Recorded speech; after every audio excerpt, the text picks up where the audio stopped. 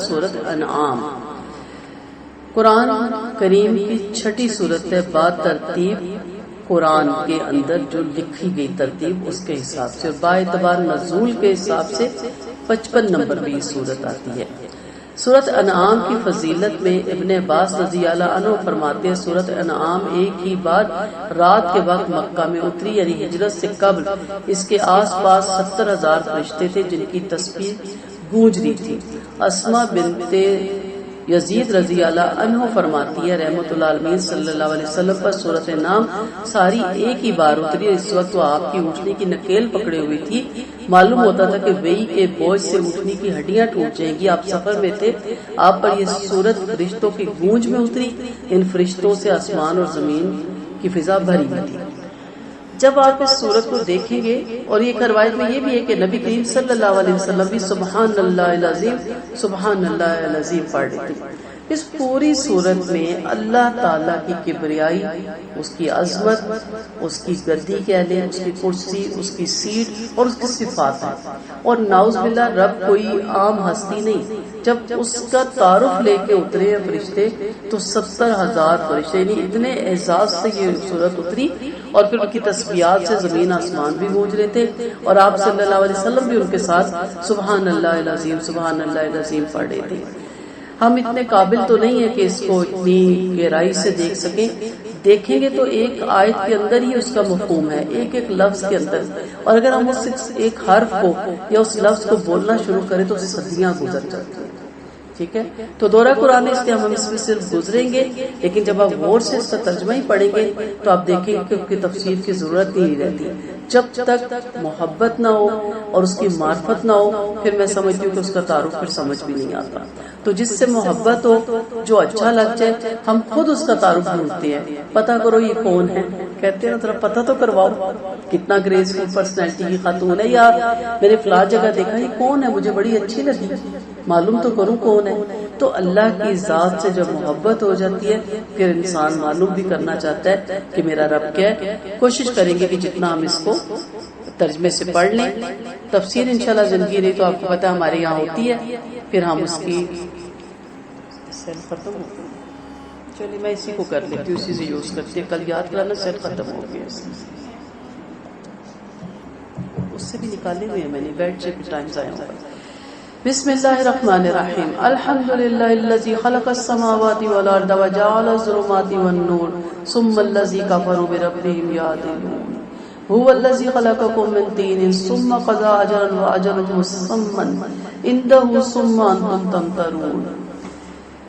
اللہ کے نام سے شروع کرتے جو بڑا مہربان نہایت رحم والا، تمام تعریفیں اس اللہ کے لیے جس نے آسمان اور زمین پیدا کی ہے اور تاریکیاں اور اجالے بنائے، پھر کافر اپنے رب کے ساتھ شریک کرتے ہیں۔ اسی نے تمہیں مٹی سے پیدا کیا، پھر ایک مقررہ مدت کا فیصلہ فرماتے ہیں، اور مقررہ مدت بھی اس کے پاس ہے، تم پھر بھی شک کرتے ہو۔ آسمان اور زمین میں وہی ایک اکیلا اللہ ہے جو تمہاری باطنی اور ظاہری ہر حالت کو جانتا ہے، تمہاری کمائیوں کو بھی جانتا ہے، یعنی جو کچھ بھی آپ کماتے ہیں، کمل سے مراد ہوتا ہے کمائی سے کسب کرنا، آپ کے وہ اعمال اور وہ سارے آپ کے اپنے ہاتھوں کی کمائیاں ہی ہوتی ہیں۔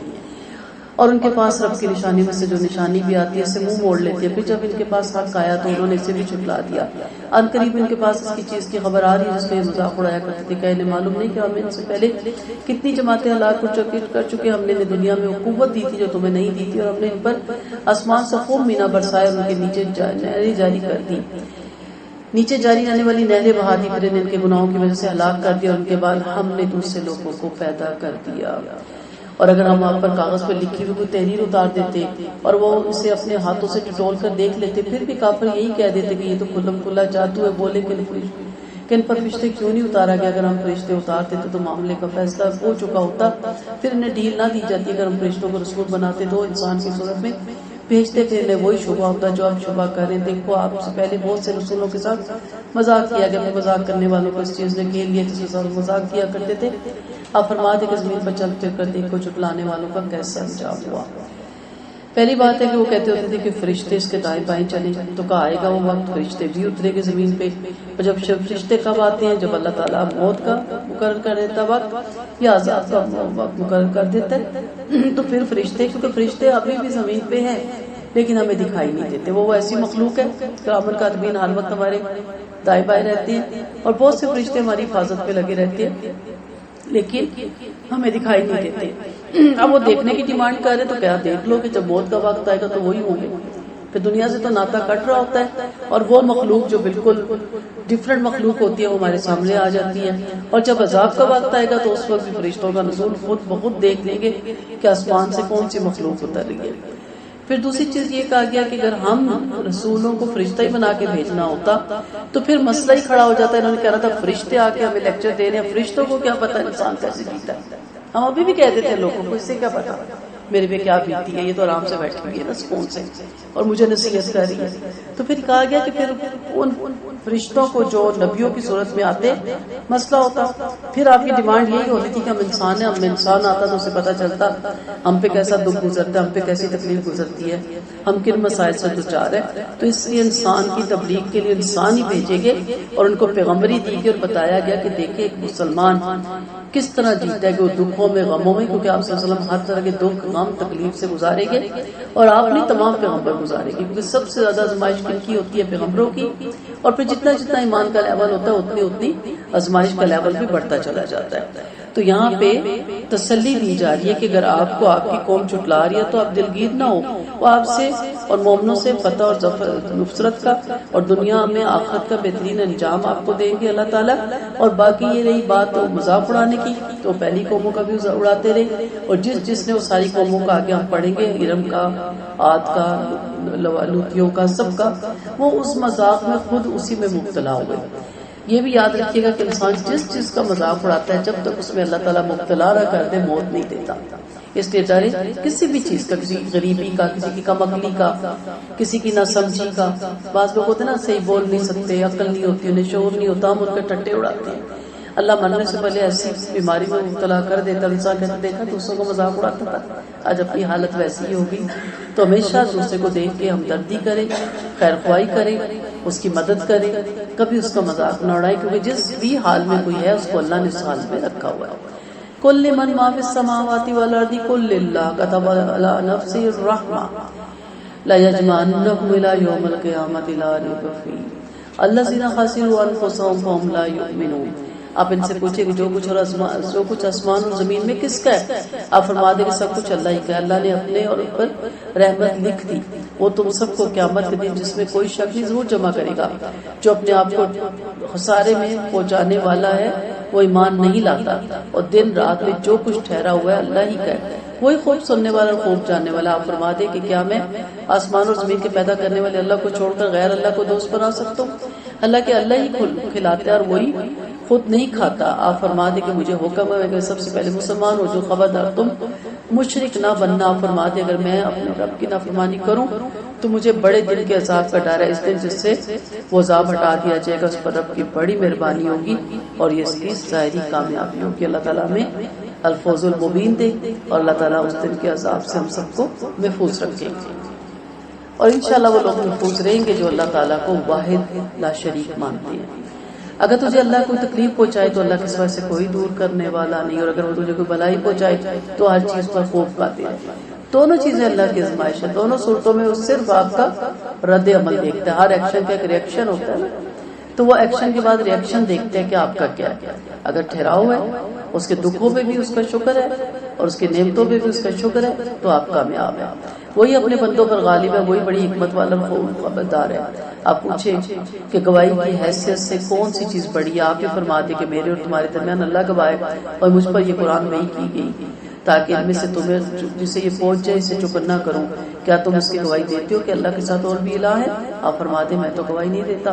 آپ فرماتے کہ اللہ تو ایک ہی معبود ہے اور میں تمہارے شرک سے بیزار ہوں.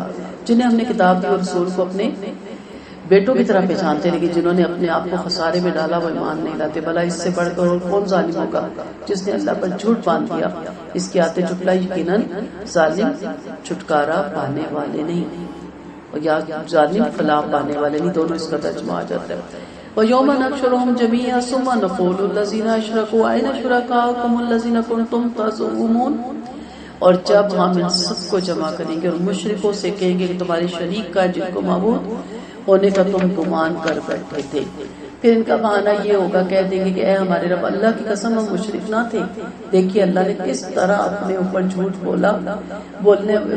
دیکھیے انہوں نے کس طرح اپنے اوپر جھوٹ بولا اور ان سے وہ چیز غائب ہوگی جس کا بہتان باندھا کرتے تھے۔ اور بعض ان میں سے ایسے بھی ہیں جو آپ کی باتوں کی طرف کان لگاتے ہیں، ہم نے ان کے دلوں پر پردے ڈال دیے، اور جب وہ اسے سمجھ نہیں سکتے ان کے کانوں پہ ڈانٹ ہے، اگر وہ ساری نشانیاں بھی دیکھ لیں تو ان پر ایمان نہیں لاتے، حتیٰ کہ جب آپ کے پاس آتے ہیں تو آپ سے جھگڑتے اور کافر کہتے ہیں یہ تو صرف پہلوں کی کہانی ہے۔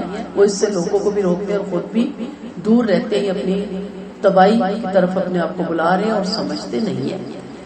اب یہاں پہ کن لوگوں کا ذکر ہے کہ جو اللہ کے احکامات سن کے بھی نافرمانی کرتے ہیں، یا اس کو کہہ لیں لائٹلی لیتے ہیں، اور نبی کی حدیث کو تو بالکل ہی نعوذ باللہ ایک سمپل سی چیز دیا جاتا ہے، اور ہم بارہا پڑھیں کہ اس کی سزا کیا ہوتی ہے کہ آنکھوں پہ بھی پردے، جو بصائر ہے، جو عبرت کی نگاہیں ہیں وہ غائب ہو جاتی ہیں، کانوں پہ بھی ڈانٹ لگ جاتے ہیں، حق بات پسند نہیں آتی، حق کی مجلسیں اچھی نہیں لگتی، نصیحت تو ویسے ہی بہت بری لگتی ہے نا، کہتے ہیں نصیحت نہ کرو، عقل مند کو ضرورت نہیں، بیوقوف سننا نہیں چاہتا، تو پھر کس کو کرے انسان۔ تو یہ نشانی ہوتی ہے کہ جب آپ اریٹیٹ ہو نا، کوئی آپ سے کہے کہ دیکھیں آپ کے جو کپڑے ہیں بہت پیارے لیکن ذرا ٹائٹ کوٹ ہے، تو آپ اتنے نہ ٹائٹ پہنے او زہر سے برا لگ جائے، اتنا میرا پیارا سوٹ ہے جل گیا، یہ کہتے ہیں نا آگ لگ گئی اس لیکھا نکال دیا سناک۔ یہ نشانی ہے کہ اگر آپ کا ہمدرد آپ کو روک رہا ہے، یہ بہت پیارا سوٹ ہے، سی تھرو ہے، پلیز سی تھرو نہ پہنے، آپ ضرور فیشن کریں، ہر آنے والے دور کا کریں، لیکن پلیز ننگے نہ ہو، بڑا ہی برا لگتا ہے۔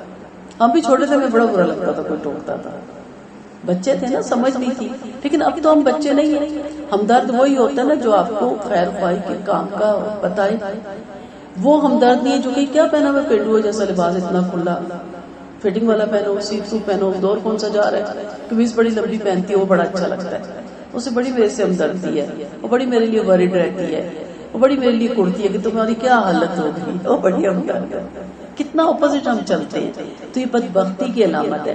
کانوں پہ ڈانٹ، نشانیاں دیکھ کے بھی سمجھ نہ آنا، الجھنا، جھگڑا کرنا، تو یہ ساری وہ یہاں پہ نشانیاں بتائی گئی کہ ایسے لوگ نہیں سمجھ پاتے۔ اس لیے جب انہیں حق کی طرف بلایا جائے، کوئی حق کی بات بتائی جائے، اسے مان لیں۔ آج اگر آپ اپنی پسند کے کپڑے نہیں پہن سکتی، پسند سے مراد یہ والی جو آج کل چل پڑے ہیں، تو انشاءاللہ جنت الفردوس میں آپ اعلیٰ ترین جوڑے پہنائے جائیں گے، ٹھیک ہے۔ جب آپ شرعی پردے کے ساتھ کسی محفل میں انوائٹ ہوتے ہیں، اور کئی لوگ کہتے ہیں اتنے پیارے پیارے سوٹ پہنے نظر تو آ نہیں رہے، تو میں بڑے آرام سے ان سے کہتی ہوں اللہ کرے ہم اس مقام تک پہنچے، میں کہتی ہوں انشاءاللہ جب جنت میں آئیں گے نا آپ، میں پھر آپ کو اپنے سوٹ دکھاؤں گی۔ ایک دعویٰ تو کر دیتے ہیں انشاءاللہ، اللہ سے دعا ہے ہمارے اعمال اس قابل تو نہیں، اس کی رحمت پہ امید ہے، لیکن آپ ذرا سوچیں وہ وہیں کھڑے اسٹل چپ ہو جاتے ہیں، کہتے ہیں انشاءاللہ آنا نا، میں دن میں 70 جوڑے بدلوں گی، آپ کو 70 جوڑے دکھاؤں گی، لیکن ادھر دھیان نہیں نا ہمارا۔ تو دھیان رکھیں، آپ کو سب ملے گا، بہترین ملے گا، اور یونیک ملے گا، اور خوبصورت ملے گا، اور وہ ملے گا جو دنیا میں کسی کو مل ہی نہیں سکتا۔ کہا گیا کہ ایسی عورتوں کے لیے جو کنگن بنائے جا رہے ہیں نا، اگر وہ زمین کی طرف اس کا رخ کر دیا جائے، سورج ماند پڑ جائے، وہ کنگن ایسی خواتین کو پہنائے جائیں گے، ایسے ایسے ان کے لیے لباس وہاں تیار ہو رہے ہیں، اور ان کا اعزاز جنت کی حوروں سے اوپر ہوگا، یہ بھی یاد رکھیں۔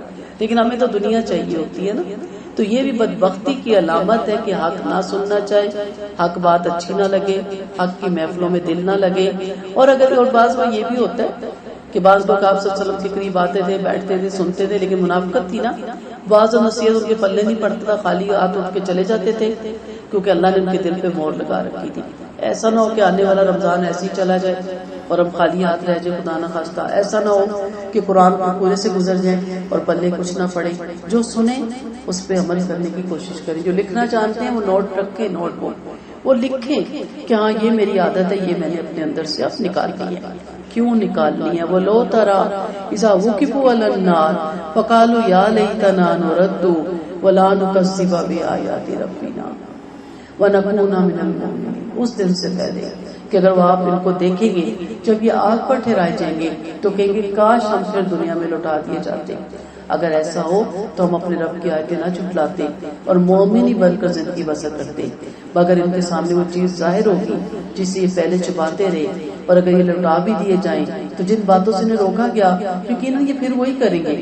یعنی بتا دیا گیا نا کہ اتنی نشانیوں کے باوجود نہیں مانے. اب جب یہ اللہ کو دیکھ رہے ہیں، اس کے عذابوں کو دیکھ رہے ہیں، پھر واپس لوٹنے کے لیے کر رہے ہیں. لیکن ان کی خصلت کیا ہے کہ اگر ہم ان کو لوٹا دیں تو پھر یہی کریں گے.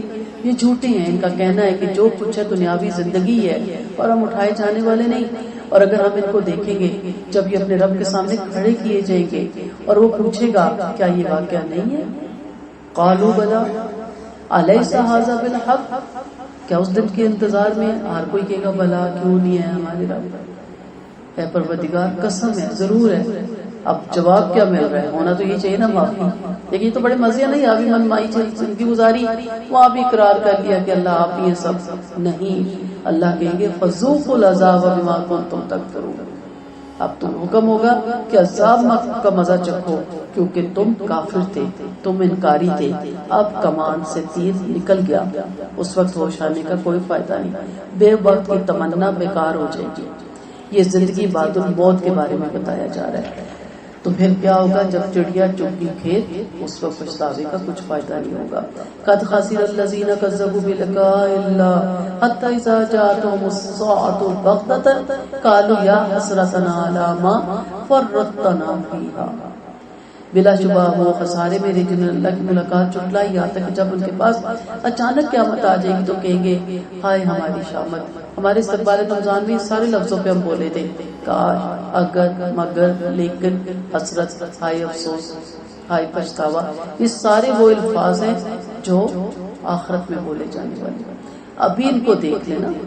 ابھی بھی ہم کئی دفعہ بولتے ہیں جو بڑا افسوس ہوتا ہے جوانی غارت کرتی، کہتے ہیں بڑا دکھ ہوتا ہے، اس کا کچھ سیکھا نہیں. یہاں افسوس کرنا فائدہ ہے، وہاں کا افسوس کرنا کوئی فائدہ نہیں ہوگا. اس وقت وہ پچھتائیں گے کہ ہائے ہماری شامت، اور افسوس ہماری اس کوتاہی پر جو ہم نے اس کے بارے میں کی. الا فرطنا فیہا، اس کے بارے میں کی، اور اپنے گناہوں کے بوجھ اپنے پشتوں پہ لاتے ہوں گے. دیکھو یہ کچھ جو کچھ لاتے ہوں گے بڑا ہی برا ہے. دنیاوی زندگی محض ایک کھیل اور ذرا سا تماشا ہے. یقیناً پارساؤں کے لیے آخرت کا گھر کئی بہتر ہے. پھر تم کیوں نہیں سمجھتے؟ بوجھ کے بارے میں بھی ہم نے پڑھا کہ آپ کے جو اعمال نامے ہیں حدیث کی روح میں بہترین اعمال نامے، بہترین ہم شکل کی صورت میں آئیں گے. انسان پوچھے گا تو کون ہے؟ میں نے تو سنا تھا قبر تنہائیوں کا گھر. وہ کہے گا میں تیرے وہ اعمال ہوں جو دنیا میں تو کرتا تھا، دنیا میں تیرے پہ سوار تھا، اور اب آج تو مجھ پہ سواری کا، یعنی میں اب تیرے سارے بوجھ اتاروں گا. اور جو برے اعمال کی شکل میں آئے گا انسان کہے گا میں پہلے ہی قبر کے عذاب سے عجیب عذابوں میں مبتلا ہوں، اوپر سے تو گلا سڑا بدبودار اور سڑان والا، تو کون ہے؟ وہ کہے گا میں تیرے اعمال ہوں، تو دنیا میں میرے پہ سواری کرتا رہا، آج میں تیرے پہ سواری کروں گا. لذت والے کام ہوتے ہیں نا. تو یہاں پہ یہی ہے کہ وہم یحملون اوزارهم علی ظہورہم، وہ اپنے بوجھ اپنے پیٹھوں پہ لاتے ہوں گے. نہ میں آپ کے بوجھ اٹھا سکوں گی، نہ آپ میرے. اور بہت ہی برا وہ لاتے ہوں گے. اللہ نہ کرے ہم ان میں شامل ہوں جو بہت برا لاتے ہیں. دنیا کی زندگی کھیل تماشا. کھیل کیوں کھیلا جاتا ہے؟ وقتی طور پہ لذت. تماشا کیوں دیکھا جاتا ہے؟ کہ ذرا انجوائے کریں اور پھر یہاں سے نکل جائے. یہ دنیا کھیل تماشا ہی ہے، اس میں دل نہیں لگانا. لوٹ کے گھر جاتے ہیں نا ہم. مری کا بھی اگر ٹور کرتے ہیں نا، کغان سوات کا بھی 6 دن 8 دن 15 دن، کیوں بور ہو جاتے ہیں؟ 15 دن کہتے چلو گھر، اب بوریت ہوگی. کتنا خوبصورت علاقے ہیں، یہاں سے بڑے ایکسائٹیڈ ہو کے جاتے ہیں. کوئی یہ نہیں کہتا کہ دل کرتا ہے یہیں رہ جاؤ واپس نہ جاؤ، کہتے نہیں بس دیکھ لیا. گھر گھر ہوتا ہے نا، اپنے گھر کا سکون ہوتا ہے. اس دنیا میں جتنا بھی دل لگا لے سکون جنت ہی میں. اور پھر کھیل تماشے میں اپنا کردار کیا ہوتا ہے؟ عارضی وقتی. اگر کھیل میں کوئی مہارانی ہے، ملکہ ہے، کبھی اس کو بنایا جاتا ہے تو کیا وہ حقیقت میں ملکہ ہوتی ہے؟ نہیں. اب ڈرامہ ختم ہوا، اسے کہ اتارے جی اپنا تاج بھی اتارے، لباس بھی اتارے. کہ نہیں میں تو پورے ملک کی ملکہ ہوں. تو ہم کہیں گے پاگل ہو، یہ تو کھیل تھا. وہ کہ نہیں مجھے کیوں ملکہ بنایا تھا، میں نہیں اترتی. یہ ہمارے معاملے یہی ہیں. یہ عارضی دنیا تھی. کبھی میں بیٹی تھی، کبھی میں بہن تھی، کبھی میں بیوی ہوں، کبھی ہم ساس ہوتے ہیں، کبھی دادی، کبھی نانی، کبھی پھوپھی، کبھی چچی. اتنے ہمارے کردار بدلتے ہیں، بدلتے رہتے ہیں نا کردار. آج میں کہوں کاکی بن جاؤ، چنی کاکی بن جاؤ، نہیں بن سکتی. آج میں کہوں مجھے میری ماں گود میں لے کے پھرے، نہیں پھر سکتی. کردار بدل گیا نا. میں خود ماں ہوں. کردار بدلتے رہتے ہیں. اب ہوتا کیا ہے، جو بہترین کردار ادا کرتا ہے ڈرامے میں، کب کہتے کتنا زبردست اداکاری کرتا ہے، لگتا ہے اوریجنل ماں ہے. کبھی سوچا کریں ان چیزوں کو دیکھ کے.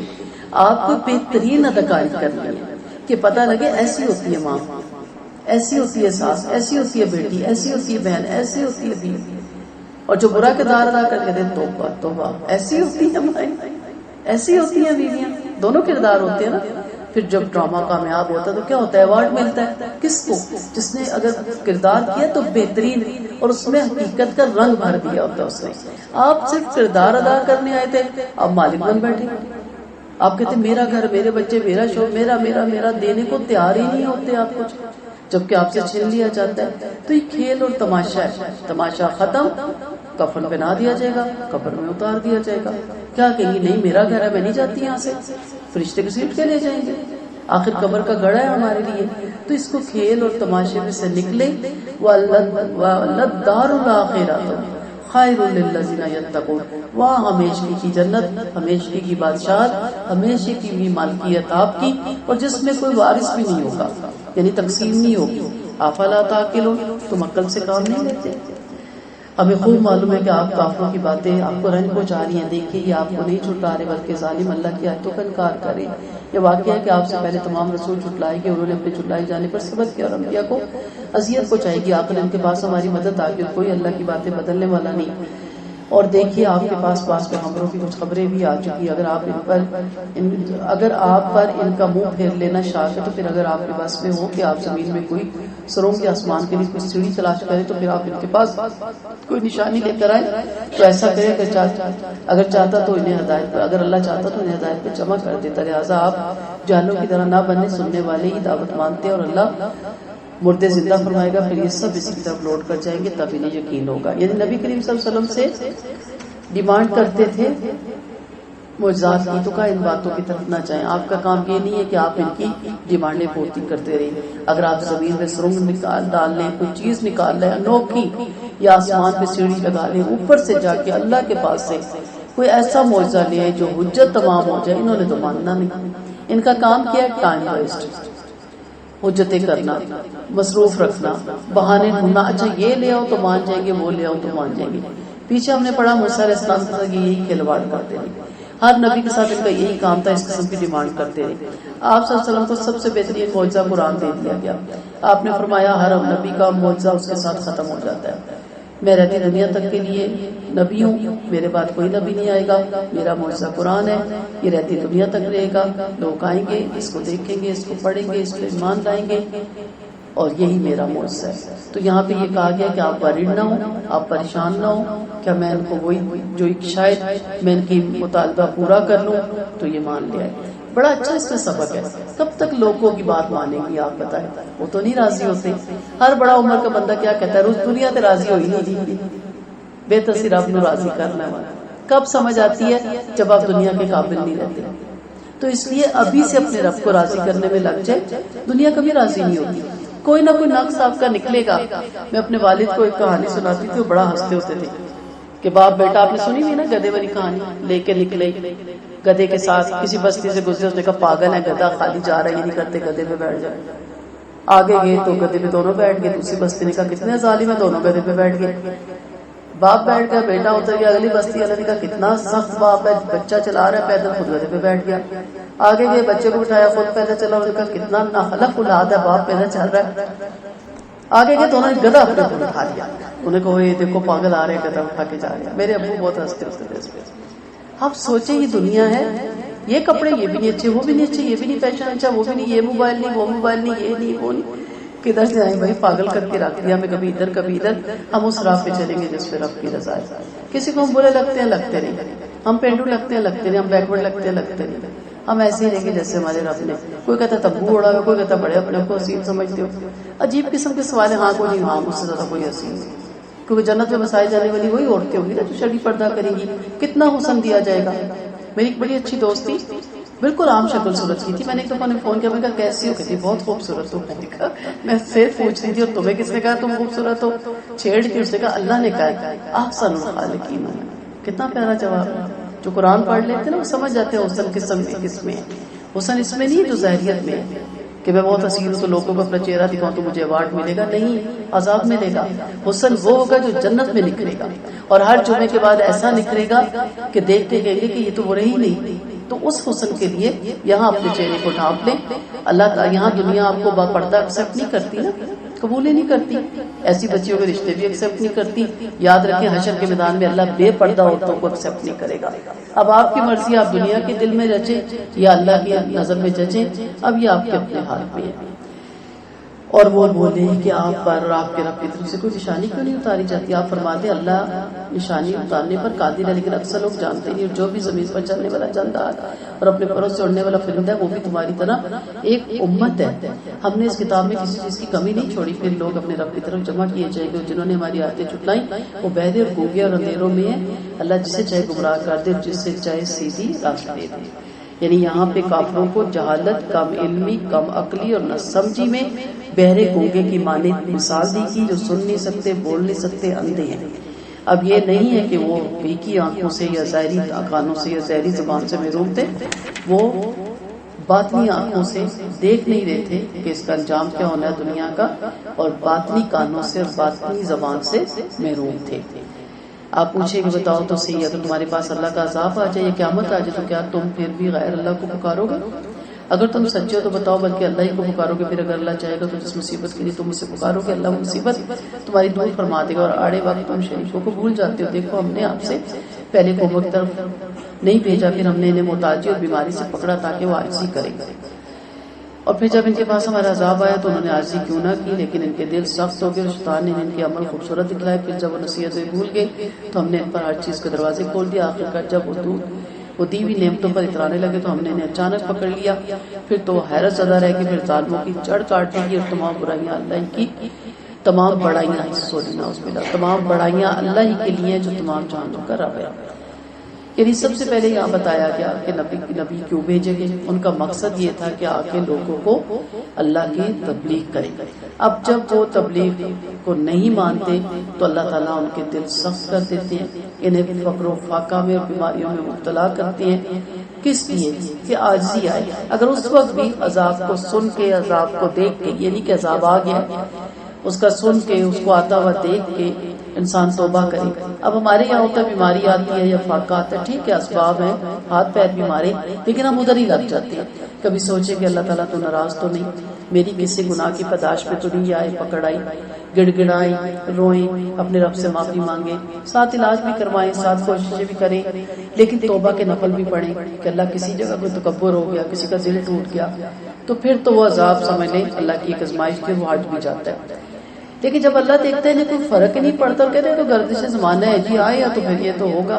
کہتے ہیں نا دنیا چاہیے تو دکھ سکھ سے نال ہی لگا. یہ کیوں جملے بولے جاتے ہیں؟ کفریہ جملے ہیں. نہیں ساتھ لگا ہوا، یہ ہمارے اعمال کی سزا ہے، ہمارے کرتوتوں کی سزا میں یہ سب کچھ ہمیں آتا ہے.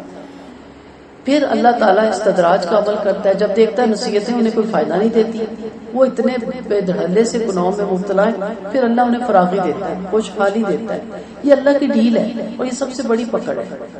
دونوں آزمائش ہے. کہتے ہیں فکر و فاقہ کی اتنی نہیں کیونکہ انسان اللہ کی طرف مائل ہو ہی جاتا ہے، لیکن جب دولت بہت ہوتی ہے نا تو اس کو بنانے، سنوارنے، سینچنے میں، اس کو پھیلانے میں، کاروبار میں وہ اتنا محب ہو جاتا ہے، آگے بڑھتا چلا جاتا ہے کہ وہ غریبوں کا سیکٹر چھوڑتا ہے، غریبوں کا ملک چھوڑتا ہے، اور پھر وہ غریبوں کو دیکھتا ہی کوئی نہیں، تو پھر اس کو نظر ہی کچھ نہیں آتا، تو آگے ہی بڑھتا چلا جاتا ہے. تو کہا ہم نے ان کو بدمست کر دیتے ہیں، ان کو کھلا چھوڑ دیتے ہیں، اور اچانک پھر میں نے آ کے پکڑ لیا. نبی کریم صلی اللہ علیہ وسلم نے فرمایا جب تم دیکھو کہ اللہ گناہوں کے باوجود کسی کو اپنی دنیاوی نعمتوں سے نواز رہا ہے. اب یہاں کلیئر بھی ہو گیا نا، دیندار نہیں، ان کو بطور انعام یہ چیزیں ملتی ہیں. اللہ کہتا ہے یہ میری راہ میں دینا چاہتا ہے، ایک کو لو 100 کو دو. آپ کہتے ہیں میرا دل کرتا ہے میں 100 کو دوں، اللہ کہتا ہے یہ لو 1000 کو دو. لیکن آپ کہتی ہیں کہ میرا دل چاہتا ہے میرے اکاؤنٹ میں کروڑ ہو، میں ارب پتی کے لاؤں، 100 لکی ہے فلاں ارب پتی ہے، میں نے تو کبھی آنکھیں مل کے نہیں دیکھا لا. تو یہ کیا ہے؟ یہ تو ہرس ہے نا، تما ہے. تو یہاں پہ دونوں کا فرق یاد رکھیے گا. تو اس کے باوجود اپنی دنیاوی نعمتوں سے نواز رہے تو سمجھ لیں کہ اس سے ڈھیل دی جا رہی. بعض ہوتے ہیں بڑے بدبخت، عذاب دینے والے، لوگوں کو پریشانیوں میں ڈالنے والے، مشکلوں میں ڈالنے والے، تکلیفوں میں ڈالنے والے، متکبر لوگ، غرور والے لوگ، اور پھر بھی اللہ انہیں کھلی دے رہا ڈھیل. تو منہ سے نکل جاتا ہے کبھی کبھی کہ اللہ تعالیٰ تو نے ایسے لوگوں کو نواز دیا، اور پیغمبروں کے بھی منہ سے نکلا. تو کہا کہ یہ سمجھ لو کہ اللہ کی ڈھیل ہے. پھر آپ نے یہی آیت تلاوت فرمائی نبی کریم صلی اللہ علیہ وسلم نے. آپ صلی اللہ علیہ وسلم نے فرمایا جب اللہ کسی قوم کو باقی رکھنا اور ترقی دینا چاہتا ہے تو اسے میانہ روی اور پارسائی عطا فرماتا ہے، اور جب کسی قوم کی جڑ کاٹنا چاہتا ہے تو اس پر خیانت کے دروازے کھول دیتا ہے. پھر آپ صلی اللہ علیہ وسلم نے یہی آیت پڑھی. قل ارأيتم ان اخذ الله سمعكم وابصاركم وختم على قلوبكم من اله غير الله يأتيكم به انظر كيف نصرف الآيات ثم هم يصدفون۔ اب پوچھے بتاؤ تو اگر اللہ تمہارے کان اور تمہاری آنکھیں دے دے اور تمہارے دلوں پر مور لگا دے تو اللہ کے سوائے کوئی معبود جو نے پھیر لائے؟ دیکھیے تو ہم کس مختلف انداز سے نشانیاں بیان کریں، پھر بھی یہ پھیرے جاتے ہیں۔ آپ پوچھے بتاؤ تو صحیح، اگر اچانک کھلم کھلا تمہارے پاس اللہ کا عذاب آ جائے تو ظالم ہی برباد کیے جائیں گے۔ اب نبیوں کو خوشخبری سنانے کے لیے چکنا کر دینے کے لیے بھیجتے ہیں، جب ایمان لا کر اصلاح کر لے سے نہ کوئی ڈر ہوگا نہ کوئی رنج ہوگا، اور جنہوں نے ہماری آیتیں جھٹلائیں وہ اپنے فسق کی وجہ سے عذاب میں پھنس جائیں گے۔ سو انبیاء کے آنے کی غرض و غایت اس آیتوں میں بتائی گی۔ انبیاء مسلمانوں کو جنت کی بشارت دینے اور کافروں کو اللہ کے عذاب سے خبردار کرنے کے لیے بھیجے جاتے ہیں۔ اگر کسی نے ان پر ایمان لا کر اور نیک عمل کر کے اپنی اصلاح کر لی تو آئندہ انہیں کوئی خوف نہ ہوگا، نہ یہ دنیا سے چھوٹ جانے کا نہ ملال ہوگا۔ اللہ والی جو چیزیں دنیا میں چھوڑ آئے ان پر اللہ ان کا کارساز ہوتا ہے اور وہی ان کا محافظ اور نگہبان ہوتا ہے، اور کافروں پر، رسولوں کے جھٹلانے والوں پر عدم اطاعت رسول اور حرمتوں کے پردے چاک کرنے کی وجہ سے عذاب ہی عذاب ہے۔